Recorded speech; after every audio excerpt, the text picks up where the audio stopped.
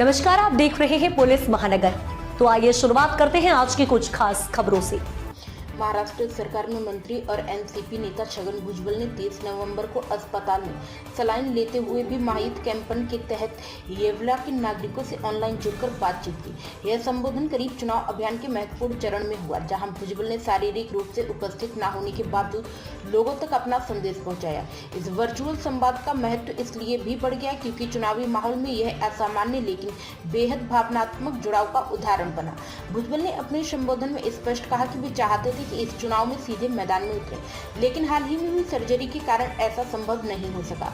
उन्होंने जन समर्थन के अभाव में नहीं बल्कि स्वास्थ्य स्थितियों के कारण ऑन ग्राउंड उपस्थित से दूरी बनाए रखने की मजबूरी बताई।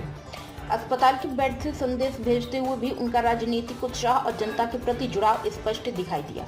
उन्होंने कहा कि वे व्यक्तिगत रूप से मिल नहीं पा रहे, इसलिए इस माध्यम से दिल की बात साझा कर रहे हैं। भुजबल ने अपने संबोधन में कहा कि हमारा येवला ऐतिहासिक पहचान वाला क्षेत्र है, लेकिन कभी सूखे की मार से जूझता था। उन्होंने लोगों को याद दिलाया कि वर्ष 2004 में जब उन्हें सेवा का अवसर मिला, तब से गांव की तस्वीर बदलने के प्रयासों ने गति पकड़ी। उन्होंने दावा किया कि सड़क, सिंचाई, पीने के पानी और कृषि सुधार जैसे विकास कार्यों से आज ये येवला की एक बदली हुई पहचान रखता है। भुजबल ने कहा कि ये विकास किसी एक व्यक्ति का नहीं बल्कि जनता के मजबूत समर्थन और निरंतर भरोसे का नतीजा है। उन्होंने दोहराया कि यह यात्रा सभी नागरिकों के सामूहिक सहयोग से ही संभव हो पाई है।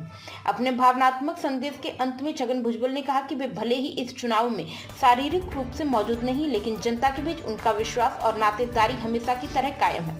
उन्होंने लोगों से विनम्र अपील की कि जैसे उन्हें वर्षों से उन्हें प्यार और भरोसा दिया है, वैसे ही महायुद्ध के उम्मीदवारों को भी उसी समर्थन से नवाजे। भुजबल ने कहा कि उनका लक्ष्य केवल चुनाव में नहीं बल्कि येवला की निरंतर प्रगति और बेहतर भविष्य सुनिश्चित करना है। उन्होंने उम्मीद जताई कि जनता इस बार भी विकास को प्राथमिकता देगी और क्षेत्र की उन्नति में योगदान जारी रखेगी। अब तक की खबरों में बस इतना ही। ऐसे ही खबरों के लिए बने रहें हमारे साथ। तब तक के लिए नमस्कार।